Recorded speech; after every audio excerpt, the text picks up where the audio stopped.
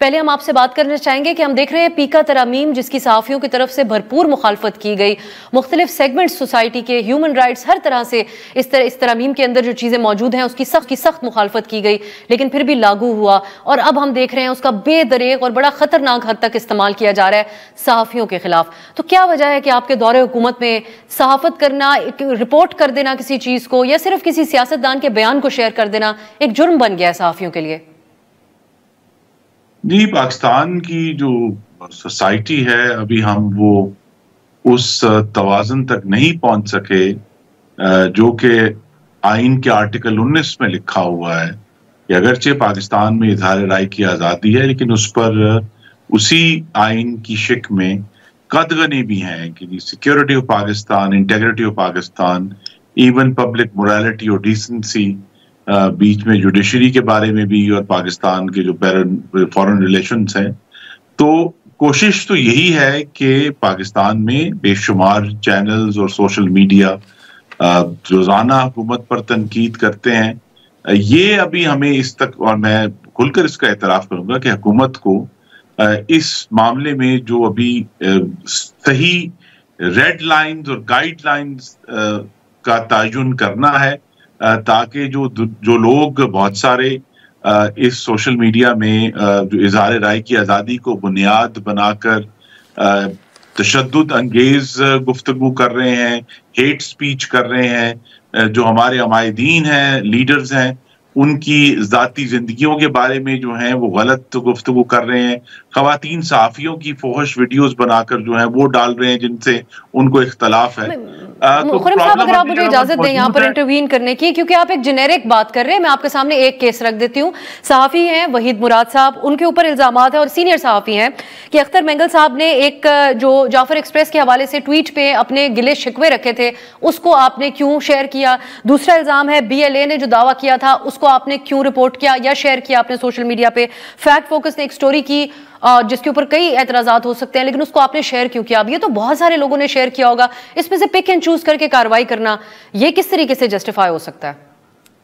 जी देखिए, जो लोग अंदरूनी बैठकर ये फैसले कर रहे हैं उनकी तवजीह तो उन्हीं की तरफ से आएगी ना कि किसी एक को क्यों टारगेट किया गया। लेकिन ये बहरहाल वो लोग जो सहाफ़ी होने के दावेदार हैं उनके ऊपर फिर जिम्मेदारी भी है कि वो सिर्फ रीट्वीट इंजन ना बने अपने नजरियात के मुताबिक, बल्कि खुद भी वेरीफाई करें कि अगर किसी दूसरे इदारे की तरफ से स्टोरी आई है तो क्या उसमें कोई वो हकाइक मौजूद है। और खास तौर पे अगर एक दहशतगर्द तंजीम जो बैनुल-अक़वामी तौर पर सैंक्शन है, सिर्फ पाकिस्तान में नहीं, बैनुल-अक़वामी तौर पर यूनाइटेड नेशंस ने सैंक्शन किया हुआ है BLA को, दुनिया के बहुत सारे ममालिक ने उसको सैंक्शन किया हुआ है, डिक्लेयर किया हुआ है कि ये एक दहशतगर्द तंजीम है। तो अगर दहशतगर्द तंजीमों के दावों को कोई एक जिम्मेदार सहाफ़ी जो है वो अपनी रीट्वीट के जरिए जो है उसको तौकीर देगा, तो ये एक परेशानी की बात है। लेकिन इन तमाम जो इशूज उठ रहे हैं, जो कि कोई भी पसंदीदा बात नहीं है, बिल आखिर उनका टेस्ट जो है वो अदालतों में ही होगा और अदालतें ही इसका। मैं आपके सामने एक और केस भी रखती हूँ और हुकूमत की जस्टिफिकेशन भी इस बारे में जरूर रखना चाहूंगी। ये आम शहरी के हवाले से है। सहाफियों से आपके बहुत से एतराजात खुर्रम साहब हो सकते हैं, और ये एक दिलचस्प बात है कि जब आप लोग ऑपोजिशन में होते हैं तो उस वक्त आपको आर्टिकल 19 की कोई लिमिटेशन याद नहीं होती, बल्कि आप लोग मुकम्मल सहाफती आजादी की उस वक्त बात करते हैं। आम शहरी किस तरह इससे इफेक्ट हो रहे हैं? रावलपिंडी में खातून की गाड़ी को लिफ्टर से उठाने की ट्रैफिक पुलिस की वीडियो अपलोड करने पर वहां मौजूद दुकानदार जो था उसके खिलाफ पीका के तहत मुकदमा दर्ज कर लिया गया। मुतासरा जो दुकानदार है उसके मुताबिक खातून अपनी 4 बच्चियों के हमरा गाड़ी के टायर तब्दील करवाने आई थी।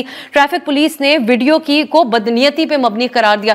बिल्कुल एक नॉर्मल सी चीज है जो आम सोसाइटी के अंदर ये चीजें होती रहती हैं, लेकिन अब वो दुकानदार पीका का मुकदमा भुगतेगा क्योंकि उसने ऑफेंड कर दिया किसी ट्रैफिक पुलिस वाले को। तो आप नहीं समझते कि आप लोगों ने एक बुनियाद रख दी है इस कानून के तहत कुछ भी होता रहे अब इसके बाद, और कोई भी इसको इस्तेमाल करता रहे, और हम आपसे सवाल करते रहे प्रोग्राम में? ये जो वाकया है आप जरूर सवाल कीजिए, मैं उसका बिल्कुल दिफा नहीं करूंगा। ये दुकानदार वाला वाकया है, उसका कोई दिफा नहीं है।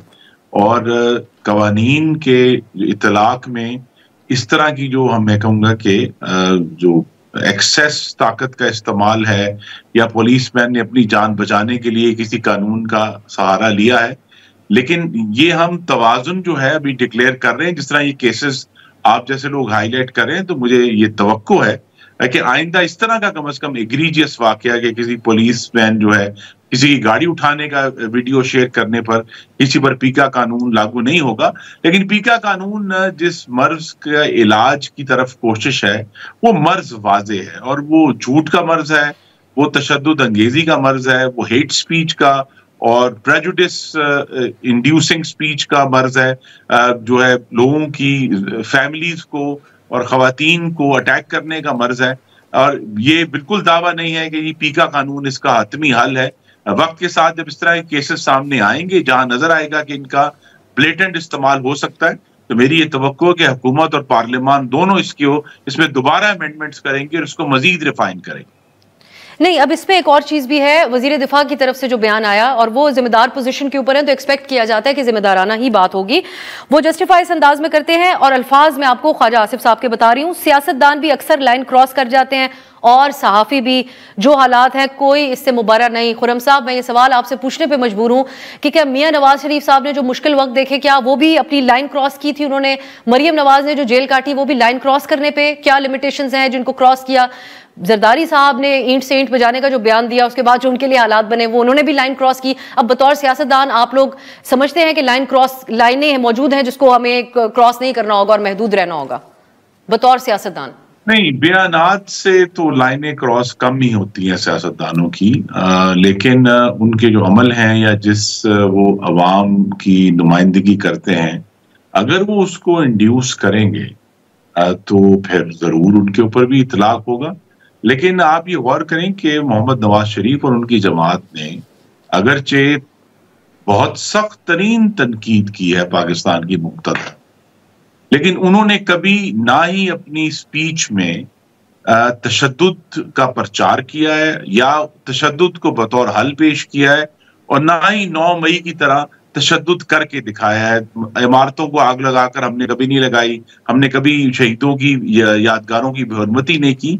तो जो पॉलिटिशियंस की स्पीच है उसमें बहुत लीवे होता है उनको सियासी का, लेकिन जहां हेट स्पीच आ जाएगी, जहां बाकायदा तौर पे आप तशद्दुद पर उकसाएंगे अपने कारकुनों को, तो वहां जरूर रेड लाइंस भी क्रॉस होंगी और उसकी सजा भी भुगतनी पड़ेगी। और अगर बाजी में नहीं भुगती तो अब वक्त आ गया कि जहां हमारे सामने और बड़े चैलेंजेस दरपेश हैं कि हम कम से कम सियासतदानों की हद तक, वो लोग जो अवामी नुमाइंदगी के दावेदार हैं, कि उनसे एक जिम्मेदाराना गुफ्तगू की तवक्को करें।